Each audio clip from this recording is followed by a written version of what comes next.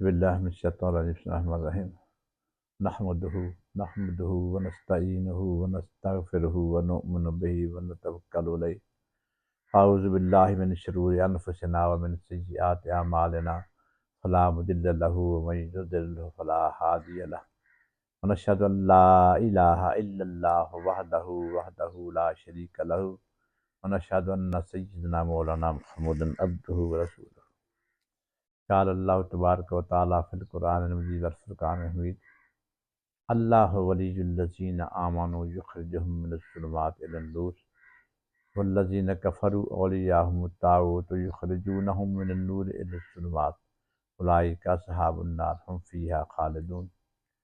قال اللہ تبارک و تعالیٰ فی شان حبیبہ ان اللہ وملائکتہ یصلون علی النبی یا ایہا الذین آمنوا صلوا علیہ وسلموا تسلیما۔ اللہم صلی علی سیدنا مولانا محمد وعلی آل سیدنا مولانا محمد وبارک وسلم وصلی علیہ الصلاۃ والسلام علیک یا رسول اللہ وعلی آلک وصحبک یا سیار اللہ۔ سامعین کرام، سابقہ آیت کریمہ جو پچھلی قسط میں تلاوت کی گئی تھی اس کے آگے لے کے چلتے ہیں۔ بات ہو رہی تھی فنا فی الشیخ کے مقام کی۔ تو فنا فی الشیخ کا جو مقام ہے نا، یہ چھوٹا مقام نہیں ہوتا۔ اپنے شیخ کا تصور اتنا پکا لینا، ذہن میں تصور بٹھا لینا کہ آنکھیں بند کریں تو شیخ سامنے محسوس ہو، اتنی محبت ہونا فنا فی الشیخ کے مقام کی علامت ہے۔ تو فنا فی الشیخ کے مقام میں ہمیں بہت سی چیزیں ملتی ہیں۔ میں یہاں ایک واقعہ عرض کروں گا کہ غزوہ بنو نذیر میں میرے آقا سرکار پاک تشریف لے کے گئے تو میرے آقا کا خیمہ لگایا گیا تھوڑے فاصلے پہ۔ ایک یہودی کافر تھا، وہ بڑا تیر انداز تھا، اس نے تیر مارا، وہ تیر آ کے خیمے میں پیوست ہو گیا۔ صحابہ نے آپ کا خیمہ مبارک تھوڑا اور پیچھے کر دیا۔ جب شام کا وقت ہوا تو علی پاک موجود نہیں تھے۔ صحابہ نے پوچھا حضور علی کہاں ہے؟ آپ خاموش رہے۔ پھر صبح کا وقت ہوا تو پوچھا علی کہاں ہے؟ آپ نے فرمایا وہ کسی کام گئے ہیں، ابھی آ جائیں گے۔ اتنے میں علی پاک آ گئے۔ علی پاک آئے تو آپ نے اس کافر کا سر آپ کے قدموں میں لا کے رکھ دیا اور عرض کی کہ حضور 10 بندے تھے، میں نے مقابلہ کیا، سب بھاگ گئے، اسی کو میں نے پکڑنا تھا، پکڑ کے لے آیا ہوں۔ یہ وہی شخص ہے جس نے آپ کے خیمے پہ تیر مارا تھا۔ اتنی محبت کرتے تھے صحابہ میرے آقا سے، اس سے بڑھ کر اور میں کیا مثال دوں۔ سب سے جو بڑی بات ہے نا، یہاں مجھے ایک بڑا شعر یاد آ رہا ہے، انا انتا نفی اسبات، انتا جانو گر کی ذات، انا کو جس نے مار مکایا، انتا انتا آخر ہوا، انتا انتا آخر ہوا۔ یہی بات اصل میں سمجھنے کی ہے کہ انا جو ختم کر لیتا ہے بندہ، اسی کی بات بنتی ہے۔ انا کو ختم کر لینا، انا کو مارنا، انا انتا، انا میں، انتا تو۔ جب انا کی منزل سے گزرنا ہوگا، انا کو پاؤں تلے روند کے، انا کو ختم کر کے، پھر انتا پیر و مرشد کی ذات، انا انتا نفی اسبات، انتا جانو گر کی ذات۔ انتا کون ہے؟ انتا پیر و مرشد ہے، گر ہے، جس سے سارا کچھ سیکھا جاتا ہے، جس سے عشق مصطفیٰ کی کرنیں پھوٹتی ہیں، عشق مصطفیٰ جس سے حاصل ہوتا ہے۔ اور انتا جانو گر کی ذات، اور انا کو جس نے مار مکایا، جس نے اپنی انا کو ختم کر لیا، فنا فی الشیخ کے مقام سے گزر گیا، انتا انتا آخر ہوا۔ آخر پھر وہ بھی ایک دن وہ پیر و مرشد بن جاتا ہے، وہ عشق مصطفیٰ میں اتنا ڈوب جاتا ہے کہ وہ عاشق رسول کہلاتا ہے۔ اس سے پہلے اسے فنا فی الشیخ کے مقام سے گزرنا ہوتا ہے۔ یہاں مجھے نظام الدین سرکار کا ایک واقعہ یاد آ رہا ہے کہ ایک دن بابا فرید گنج شکر سرکار پاک تشریف فرما تھے اپنے حجرے میں۔ نظام الدین اولیاء سرکار بیٹھے ہوئے تھے۔ نظام الدین اولیاء فنا فی الشیخ کے مقام پر تھے۔ تو شیخ جو تھے بابا فرید گنج شکر، وہ بیٹھے بیٹھے موج میں آ گئے، کہنے لگے بیٹا مجھے بتاؤ کیا چاہتے ہو؟ دس وسطی کی کچھ نہیں چاہتا۔ پھر پوچھا آپ نے پوچھا، میرے آقا سرکار نے، بابا فرید گنج شکر سرکار نے پوچھا کہ محب بنو گے یا محبوب بنو گے؟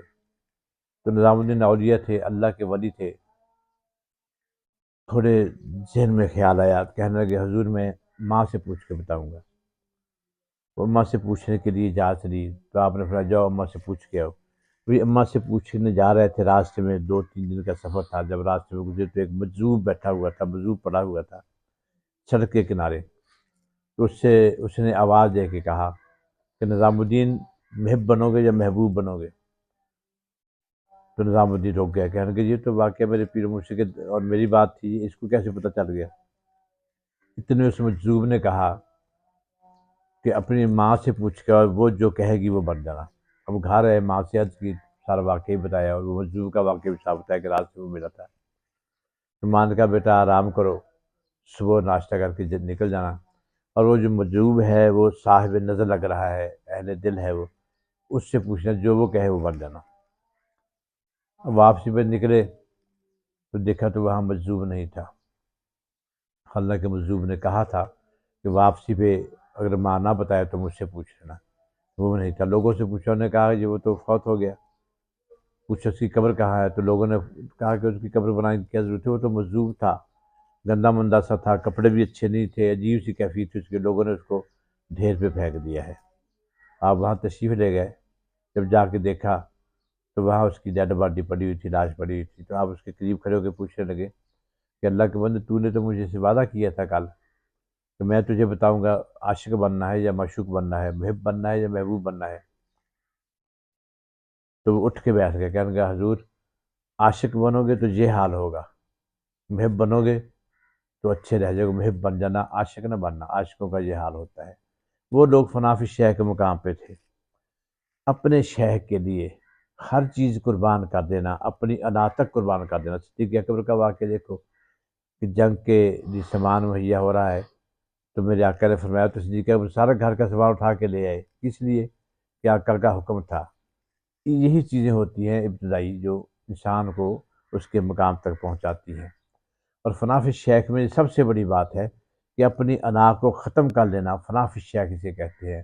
اور شیخ کے تصور میں اس قدر کامل ہو جانا، شیخ کا تصور اس قدر ذہن میں پکا کر لینا، پختہ کر لینا کہ آنکھیں بند کر کے جب پتہ چلے، دل میں خیال ہے شیخ کی زیارت کا، مرید کو پیر کی زیارت کا، تو آنکھیں بند کرے تو سامنے شیخ کا نقشہ آ جائے، سامنے شیخ کی زیارت ہو جائے، پیر مرشد کی زیارت ہو جائے، یہ بڑی بات ہے۔ اور فنا فی الشیخ کا مقام اللہ تعالیٰ سے دعا گو ہوں کہ اللہ تعالیٰ ہم کو سب کے مقام کو سمجھنے کی توفیق عطا فرمائے۔ فنا فی الشیخ کا مقام ابتدائی مقام ہے روحانیت کا، یہیں سے شریعت شروع ہوتی ہے اور یہیں سے سارے معاملے چلتے ہیں۔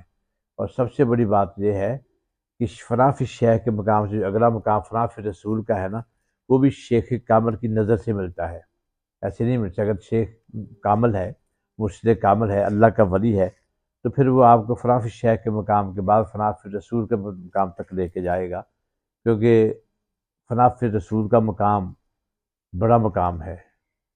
یہ وہ لوگ ہوتے ہیں جو اللہ کے محبوب کی بارگاہ میں حاضر رہتے ہیں، روحانی طور پہ در اقدس پہ بیٹھے رہتے ہیں، در اقدس پہ سر جھکائے روتے رہتے ہیں، آنکھوں سے آنسو جاری رہتے ہیں، لیکن سارا کچھ مرشد کامل کی نظر سے ہوتا ہے۔ جب تک مرشد کامل کی نظر نہ ہوگی کچھ نہیں ہوگا۔ اور سب سے جو پہلا چیز ہے وہ مرشد کامل کی تلاش۔ یہ بات ذہن میں رکھو کہ مرشد کامل کی تلاش کے لیے ایک بات ضروری ہونی چاہیے کہ وہ عاشق رسول ہو، شریعت کا پابند ہو، طریقت کا پابند ہو، وہ تو بعد کی باتیں ہیں۔ جس کے دل میں عشق مصطفیٰ نہیں ہے نا، جو عاشق رسول نہیں ہے، وہ مرشد نہیں ہو سکتا، وہ اللہ کا ولی نہیں ہو سکتا۔ جو اللہ کا ولی نہیں ہو سکتا وہ آپ کو یہ مقامات کی سیر نہیں کرا سکتا، آپ کو ان مقامات سے نہیں گزار سکتا۔ تو فنا فی الشیخ کا مقام یہی ہے کہ تم جس کے بھی مرید ہو، اپنے شیخ کے تصور کو ذہن میں پختہ رکھو، اپنے شیخ سے محبت رکھو، لگاؤ رکھو، اور اس معاملے میں ضرور ذہن میں بٹھا لے کہ جب تک عشق مرشد نہیں ملے گا نا، صحیح مرشد کا عشق دل میں نہیں ہوگا، تب تک اگلی منزلیں بھی طے نہیں ہوں گی۔ یہ بہت ضروری ہے فنا فی الشیخ کے مقام کو سمجھنا اور پھر اس کو اپنے اندر سمو لینا۔ اور عشق یہی ابتدا ہے عشق کی، اور پھر آہستہ آہستہ یہی عشق اللہ، فنا فی رسول، فنا فی اللہ، پھر بقاء باللہ کے مقام تک بندہ جاتا ہے، تو یہی منزلیں طے کر کے جاتا ہے۔ تو اللہ تعالیٰ ہمیں عمل کی توفیق عطا فرمائے، اللہ تعالیٰ ہمیں اس مقام کو سمجھنے کی توفیق عطا فرمائے، اور اللہ تعالیٰ ہمیں کسی ولی کامل عاشق رسول کا دامن پکڑنے کی توفیق عطا فرمائے، ہمیں اللہ تعالیٰ اتنی شناخت عطا فرمائے کہ پتہ چل سکے کہ یہ عاشق رسول ہے۔